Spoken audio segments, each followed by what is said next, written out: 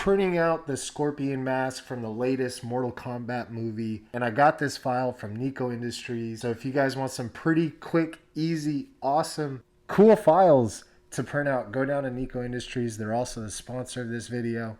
Look at this sucker. Huh? Look at this.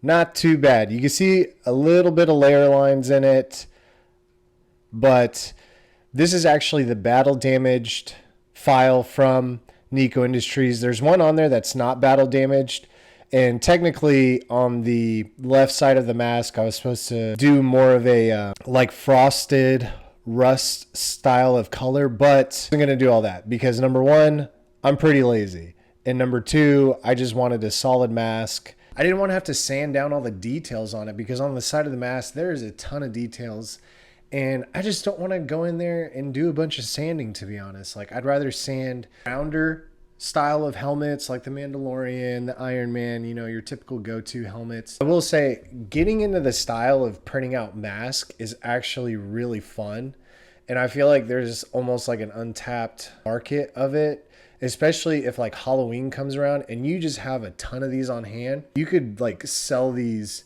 easily for 10, 15 bucks if you wanted to, and you could actually make up all the money you spent on your filament and paint on these if you're going to sell them. This one, I actually tested out a new sanding method. I used wire brushes on my drill. Kind of see it. I'm going to see if I can show you guys. And so this side doesn't really do a good job because this is the battle damage side. This side right here, it's actually really good. Like, I hit all this with wire brushes and it came out really good. So I didn't have to do an 80 grit sandpaper. I hit this with the wire brushes, and then I did the 220 sand, and then I did the 320 sand on it before I took it to the automotive primer. And it worked a little bit, like getting in the finer details of the sides of the mask, like where all the X's on the side of the mask are. It actually worked out really good for that side. My whole process was I did the wire drill bit, which I'm going to start utilizing a lot more, especially for detailed, hard to get in places, especially with sandpaper. Sandpaper really limits you. It just hurts your fingers after a while. I started off with the drill bit, and then I moved to the 220 sand on just the places that I could reach.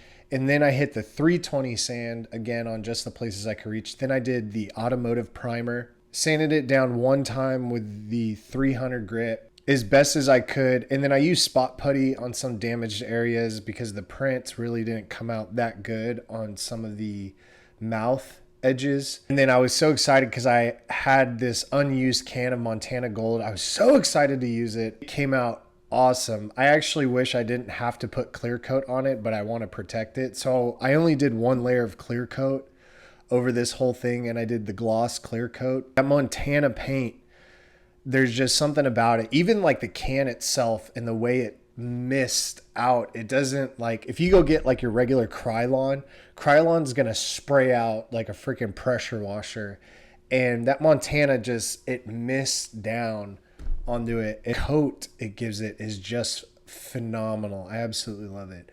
So I only did 2 coats of the Montana Gold. It was a little rough, like getting in the grooves. Even with the 2 coats, it was basically like a 3 coat, because I just wanted to powder it on there pretty softly. You ever get the chance to get some Montana paint, I can only find it at the Michael's Arts and Crafts store. I would say it's like $3 above your regular Krylon paint, which isn't too bad if you're using like smaller projects like this. I still have like over half a can left. So I want to use it on more projects. It's just hard to tell with the Montana paint. And some of their colors are thrown off. I will say, like when I got the red Montana paint and I got the burgundy, like the dark red, and I used it on some firearm parts, and it came out like a cherry red, and it was terrible. I don't know, because they had 2 options there. They had cherry red and they had like the burgundy dark red, and I got the burgundy dark red, made sure it still came out extremely bright. Again, shout out to Nico Industries for having multiple Scorpion masks on there. I also got the elastic bands, the stretchable bands. As you guys can see, I hot glued them in there with a glue gun. Since the mask like sits up, like, I actually use this bottom one and it goes underneath my jaw to keep it on there. That way it's not going to force its way all the way up. Thank you guys for checking out my video. I have another video coming up on the Grogu Lorian helmet. I had just painted it, so I'm finishing it up, and that'll be a video coming out again.